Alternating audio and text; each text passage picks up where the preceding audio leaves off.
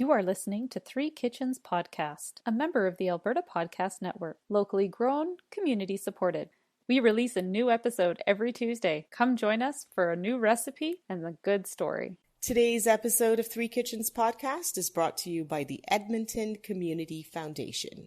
The Edmonton Community Foundation helps people create endowment funds. You can start an endowment fund yourself or with a group. Once it reaches $10,000, it can start distributing funds. The Well Endowed podcast, hosted by Andrew Paul and Lisa Pruden, tells the stories of how these endowments intersect with the community and explores how the foundation acts as a bridge between donors and charities to create a strong, vibrant community for generations to come.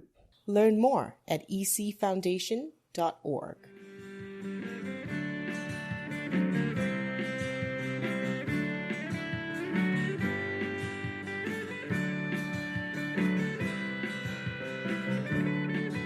Hi listeners, this is Sarah Somasundaram. I am your host today, and today we are talking street food from Singapore. But before we continue, let's check in with my two beautiful co-hosts, Heather Dyer. Hello. And Erin Walker. Good morning. How are you, ladies? That was so nice of you to say that we're beautiful after we roll out of bed and pop on Zoom. After we were just looking at our disheveled selves on the video. Yeah. I think we all turned on and we're like, oh no, this is oh dear. Yikes. Oh well. That's why we do an audio podcast. That's it. Yeah. What does your husband say, Erin? Faces for radio. Faces for radio. Yeah. Thanks. Yeah, he's such a sweetheart, eh? Well, first thing Monday morning, I have to agree. Well, we got our coffee. It's happening. We're waking up and we're going to talk about food. And street food sounds fun. And anytime you tell us anything from Singapore, it's always delicious. So we're here for it. Yeah. Okay. So before we can talk about all the food we want to eat, right, I want to tell you something that I learned about recently about how we taste foods. Yes. You mentioned something about this. I can't wait to hear it. I was listening to a podcast recently and there was a guest on named Gary Beauchamp. It's spelled Beauchamp. Beauchamp. Am I saying that? Beauchamp. I think it's French. That's why it's catching you up. Yeah. See? French. Yep. Gary B. from the Manel Chemical Senses Center. We'll just go with that. Anyway, he studies taste and smell. And so he was sharing that, like, we've all heard that our tongue has spots that tell where bitter and sour and salty and umami and sweet come from. But I guess the flavor associated with that taste is more so determined by your nose. Right. Okay. So if you plug your nose and you taste something like pop, you'll probably only be able to distinguish that it's sweet. And if you want to know more about the flavor, whether you're having an orange pop or a ginger ale or whatever, then you would have to unplug your nose to get the flavor of it, which I thought was really interesting because our tongue just really tells us what the taste is, and our nose tells us what the flavor is. Interesting. Which I thought was really interesting. So I guess there are little hairs up in our nose called cilia. I have no hairs in my nose. What are you talking about? Okay. Not the ones that we don't have. I'm joking. But they're up in our mucosal glands, up in our nose, and they are like direct little lines from our brain to our nose. So it's almost like a piece of our brain is living in our nose. Well, it's close enough, I guess. Right? Yeah, like it's like a tentacle. It's like a tentacle that comes out to our nose that determines flavor, whereas the ones that are on our tongue, they kind of just stimulate areas of the brain that are like, oh yeah, that's bitter, oh yeah, that's sweet. Right, but they don't, but it's not like this direct path that our nose has. And one of the things that he said that really distinguishes humans from all other creatures in terms of how taste and flavor work is that one of the things that we enjoy MSG as part of our flavor and tasting experience is pain. Spice, my friends. I totally agree. Hot peppers and carbonation are two of the examples of pain. Oh, so some point today, get yourself some carbonated water or a pop or whatever. Plug your nose and stick just your tongue in. Okay. And tell me how long you can hold your tongue in the bubbly water before it hurts and you have to take it out. Because I have never, like, I totally get spice is pain, but apparently carbonated water, that little feeling of pop, pop, pop on your tongue is actually a pain receptor going off. So I want to try this because I've never perceived it as that. So can we all try sticking our tongue in carbonated water? And when we come back for part 2, can we tell how long we could do this for? Because I thought that was really interesting. Yeah, let's time it. Yeah. I think the kids will find this amusing as well. We'll make it like a science experiment. Look at me. I'm homeschooling during the summer. There you go. That's the extent of it. There will be no other overachiever here. Oh, I'm going to bring my kids into this. No, listen, we all know already that Sarah's got like math lessons and things planned. They're doing it right now. See? They're not lessons. Well, shit. They're not lessons. They're what are they doing? They're just doing a few pages of their math book. That's all. See? Just a few. Okay, let's do that experiment. That sounds fun. We're so evolved, aren't we? Our little tentacle noses and whatnot. Now I just imagine that. So interesting. I hope you enjoy this recipe because I don't think you have to plug your nose for this one. Okay, good. All right, but we'll be the judge of that. So street food. I always associate street food with like city sort of travels and vibrancy and nightlife, and any memories of great street food that you have had on your travels. Something memorable, put you on the spot on Monday morning. I wish I knew what it was, but that's sometimes the fun of street food is you don't even really know what you're eating. But when I went to India with my friend Karen, and we took this train that goes up into the Himalayan foothills, essentially to a place called Shimla, which was sort of like equated to the Banff of the area. And along the way, there was a stop, and on the platform outside the train come these women with food that they'd made, and they had like a little table set up, and they were like selling something. And at this point, we hadn't been there a long time in India yet, so we were a little like, we wanted to always ask, what is it? Like we wanted to know what we were eating, and we just kind of had, at this point, we were like, we have to give up trying to figure out what because we often don't communicate, and people are just like, they're in a hurry. People were all rushing over there to get whatever they had, and Karen says, "I'm going for it. I'm going in." And I was like, "Okay, well, if you're going in, I'm going in." So we had, I don't know now, if I saw it now, maybe I'd recognize what it was. It wasn't a meat dish. It was something like, something similar to pakora maybe, but in a different form, like some kind of a veggie patty thing that was like wrapped in a paper and you just ate it. I don't know what it was, but it was so delicious, and it was just so funny because we were like, what the hell? We're just stop asking what everything is and just go and eat it. Everybody's enjoying it. Yes. The best things are always the things that, like when you're traveling, like you said, you're always like, I don't know. Go for it. Like you would do it. Was it in Argentina where you had like the sauce? Yes. And that's what I was going to say. Yeah.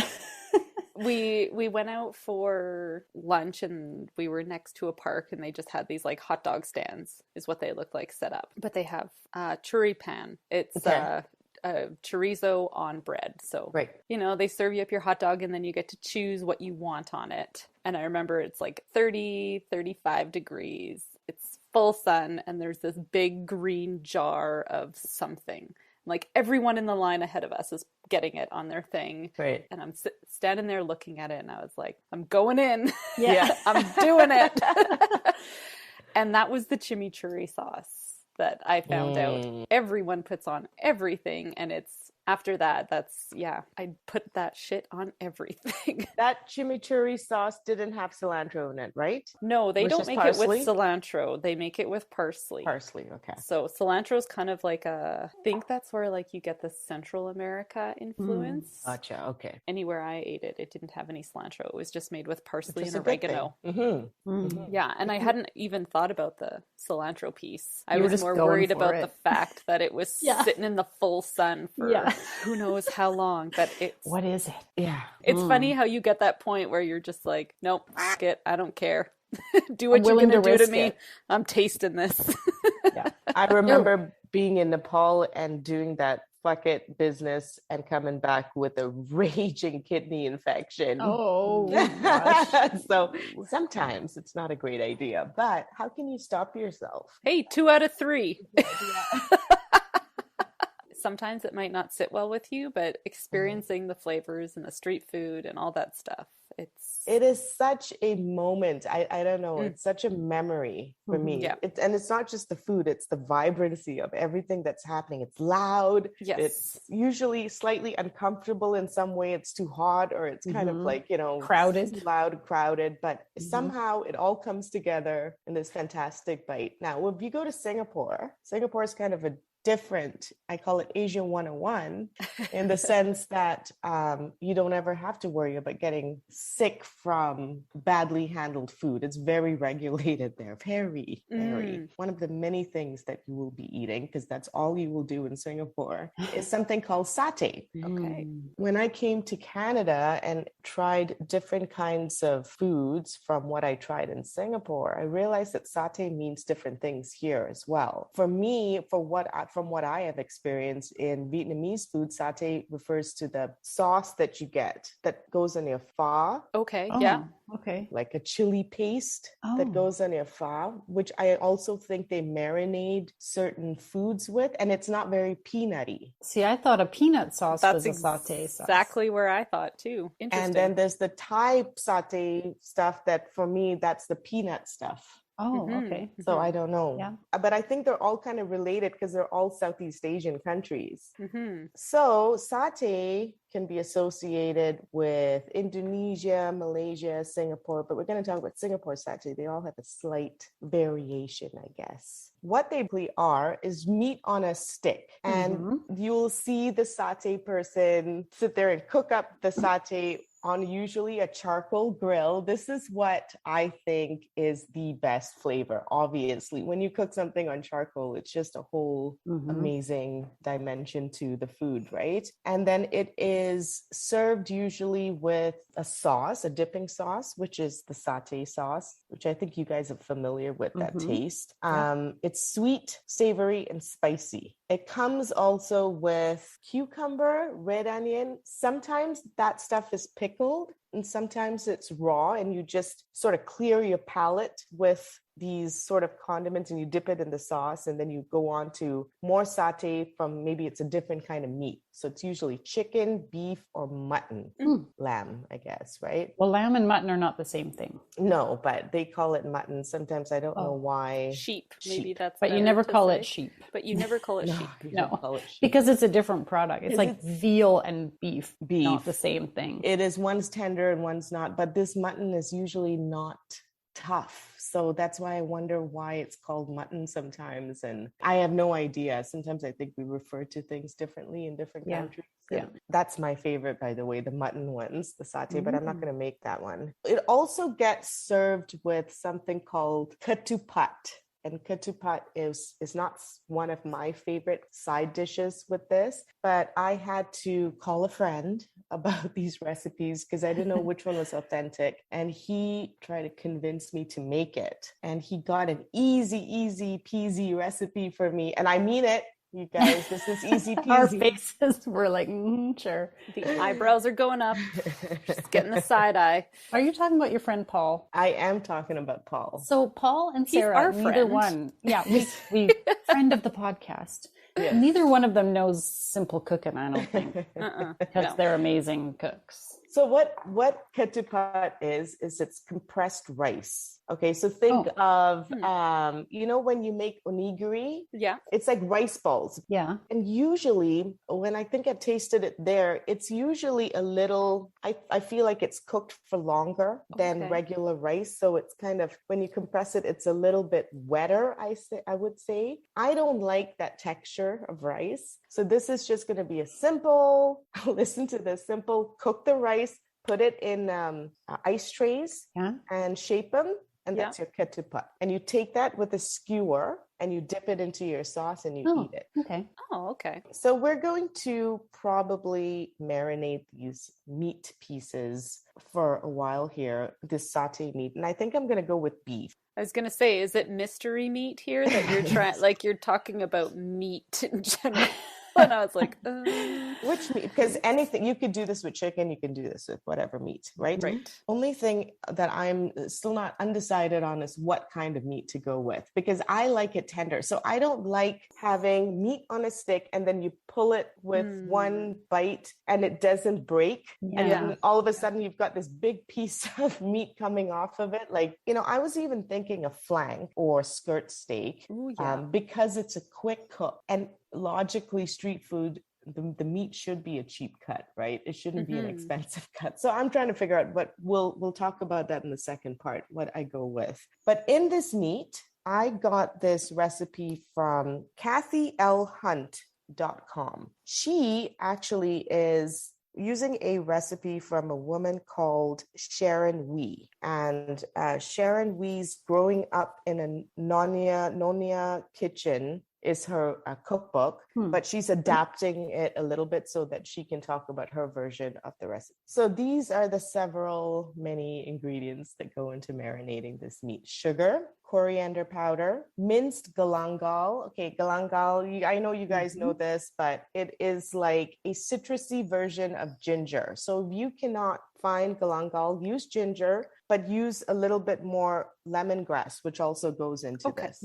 Okay, and then cumin, turmeric, salt, fennel seeds, a large shallot, which red onion, right? Garlic, coconut milk, and then your meat. Yum. Yeah, that's a lot of good flavors there. I love all of that. Yeah. And it doesn't taste strong, in my opinion, satay. Satay tastes like it's smoked on charcoal. Yeah, so we're going to marinate that. We're going to get that on the skewer. And then I'm going to look into what peanut sauce I want to use, what recipe I want to use, and then the sides.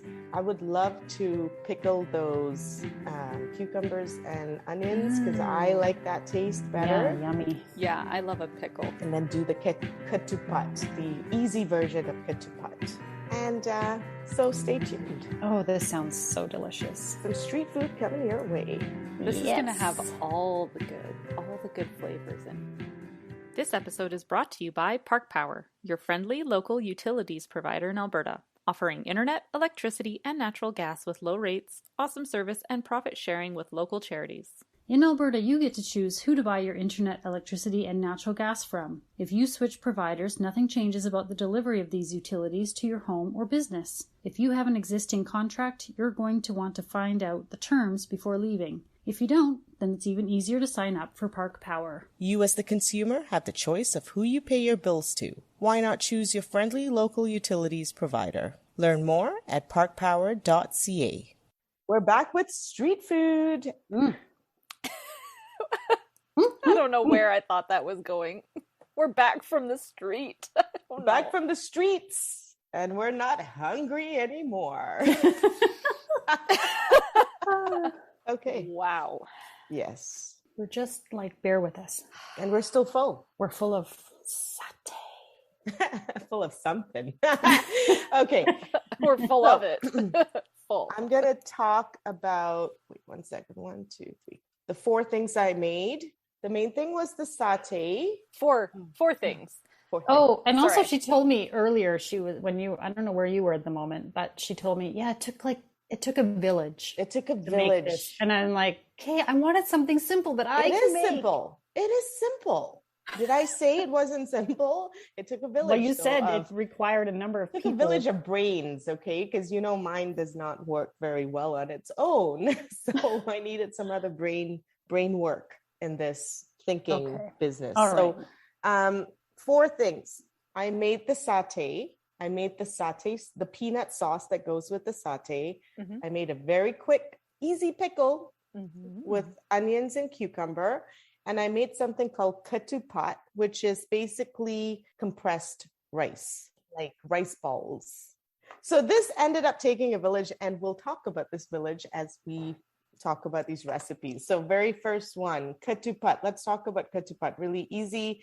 You make rice, and when it's slightly warm, you take the rice and you put it into a baking pan, like a square baking pan or a rectangular baking pan or whatnot, and you press it in with maybe some parchment paper on top. Okay. And then you cool it down, and then you cut it into whatever size you want, like bite-sized pieces that you can then use your skewer to pick it up with and then dip it into the peanut sauce and go have fun with that. So that recipe came from asianinspirations.com.au. And the recipe is called Malay compressed rice, or ketupat, Ketupat.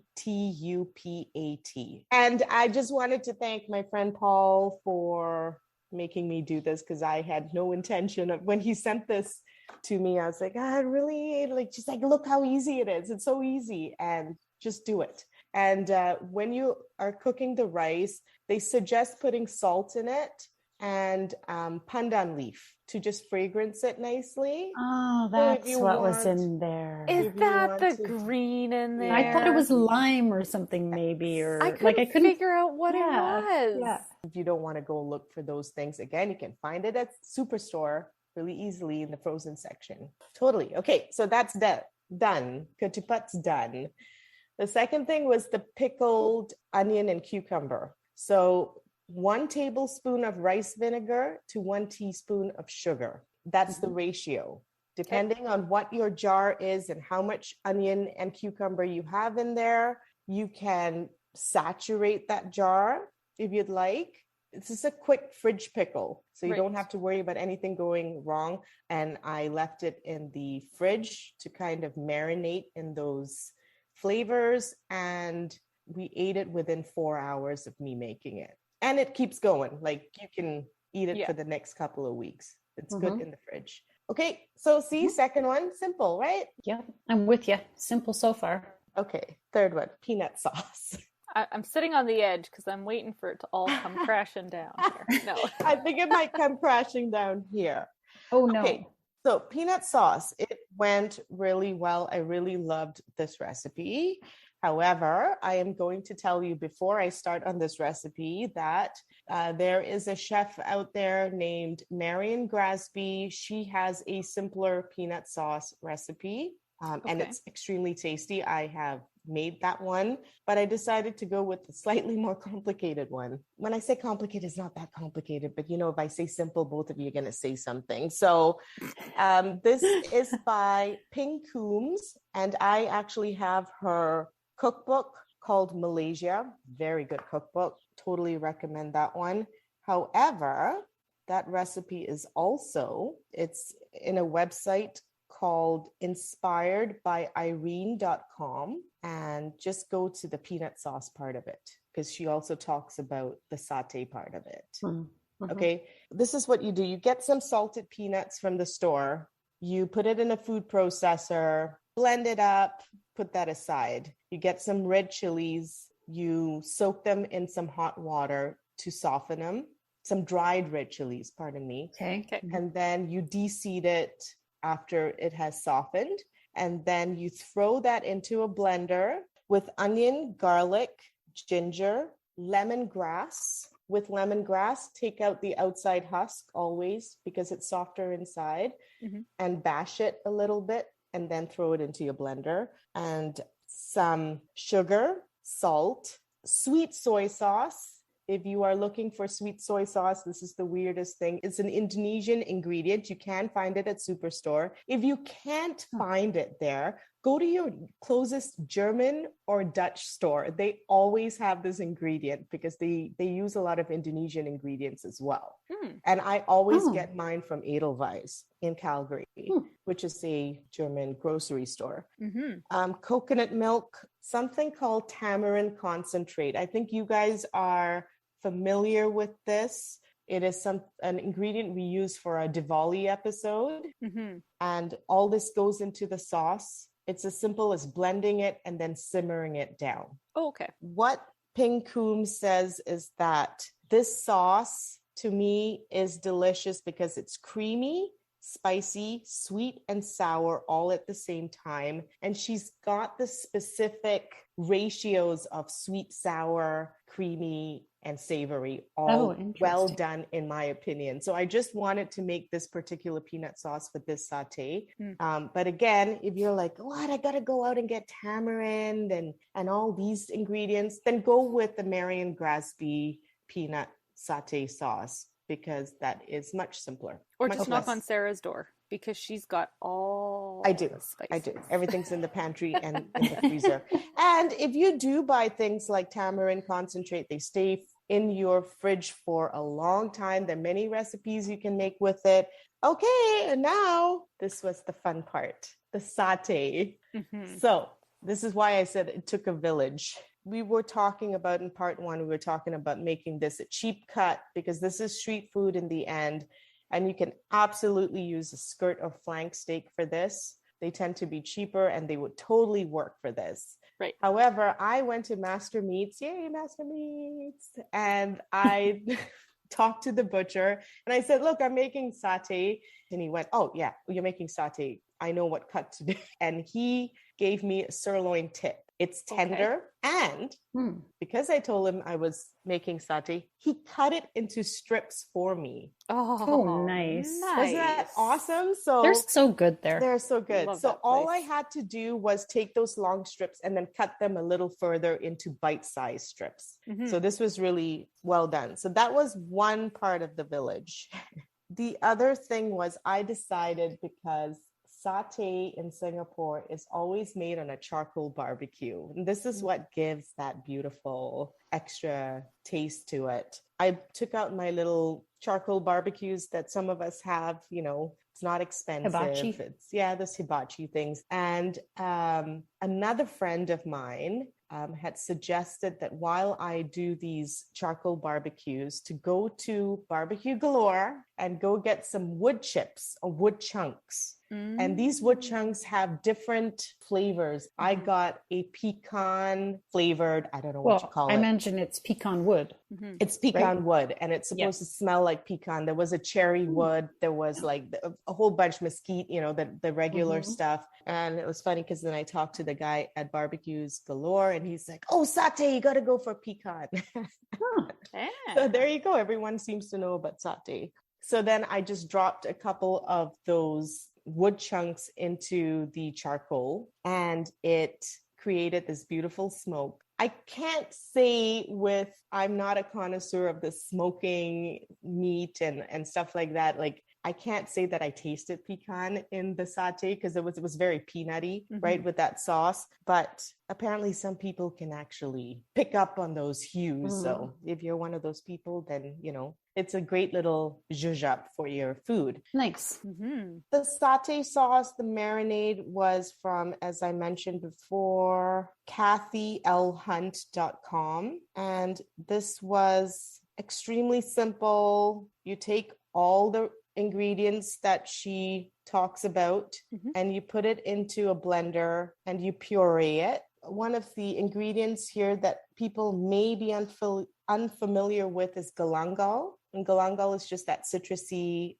ginger. Again, if you can't find galangal, use ginger, but use a little extra lemongrass to give you to make up for that. And then marinate your meat in that marinade in the fridge. The longer, the better, right? Mm-hmm. So you can do a minimum of 2 hours or overnight.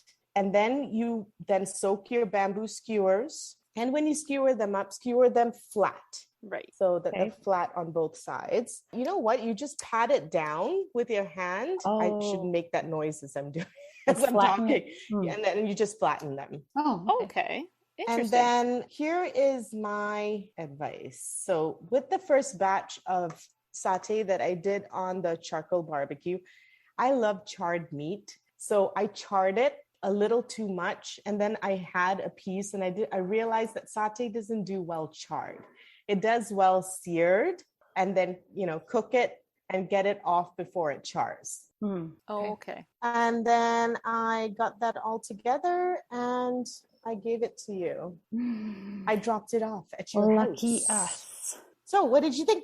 Yum, yum, yum. I love this so much. That was really amazing peanut sauce. I love a good peanut sauce. And I feel like I'm not surprised that there were so many things that went into that because there were a lot of interesting sort of flavors in that sauce. It's not like, you know, I've had a peanut sauce that's kind of just peanut, Peanut, yeah. This to me was like, I was like, what is in here? There's stuff happening in this sauce. Oh, so good. And it was a great thick sort of consistency that it stuck when you dip the meat or the rice into it. Yeah. So good. And the meat on its own was also just delicious. Nice and sweet, right? Yes. Yeah. And the rice too. Yeah. I love those cute little blocks of rice. So good. And then with the pickle, the whole thing was just perfect. I was like, thanks. Now I don't need to eat dinner.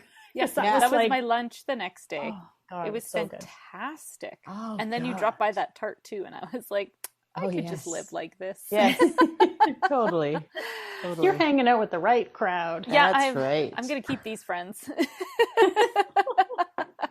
No, that was fantastic. I heated up my sauce because I wasn't sure, because I had kept it in the fridge overnight and it was very thick and it had separated from the oil a bit. Right. And I opened it up and I was like, no, I want this heated up. So I just popped it in a pan on the stove and quickly stirred it around and heated it up and then scraped every last bit of it out of there while I ate the meat and the rice. It had so much going on in it. I would say other peanut sauces I have found boring. Woohoo! That's how That's when they just take a peanut. Like it's nothing like peanut else. and it's kind of thin and runny. It can't just be peanut. I don't know. I've never really liked a peanut sauce. I've always tried it and been like, why do people like peanut sauce so much? Yeah. This is just tastes like the type peanut of peanut. Yeah, this is the type of peanut sauce that you want to eat because it, like you said, it just had so much going on. And with the way that you describing the recipe with the sweet, the salty, the sour, the spicy, and the creamy. And the creamy, like it's all there. And that's why I wanted to go for a little bit more of a complicated one here. And when I say complicated, it's complicated because you have to add a few more ingredients to your kitchen, right? It's a longer list. But it's just, if I was going to do Singapore satay, I was going to do the sauce right. Yeah, no, this Glad you guys liked it. All of my senses. Yeah, and I think it was worth it when someone else is making it. I can be honest, even though I loved it so much, I'm not sure that I would go to all that effort to make it. So I'm glad you provided us like a little bit easier option. And maybe I can work up to the Singapore satay sauce. But what don't you have? You can get salted peanuts. I'm calling her out on this. It just feels like a bit more work. Does it? There are steps involved where you can't just open it up and be like, oh, I'm going to make this. Oh, but first I have to make that. And first I have to make that. Yeah. If you make a big batch of this, guess what? It freezes beautifully. So make a big batch of it and freeze it. Yeah. And give it to all your friends that don't have peanut allergies. Right. Right. That would be important. That would be important. That'd be kind of key. Yeah. But yeah, try it. And you know what? What a great summer meal. I think this is really fun. The skewers you can do the day before. The peanut sauce you can do whenever and freeze it. The ketupat you can do the day before. The pickles you can do the day before. Get it all out when your guests come over or when your family comes home to eat.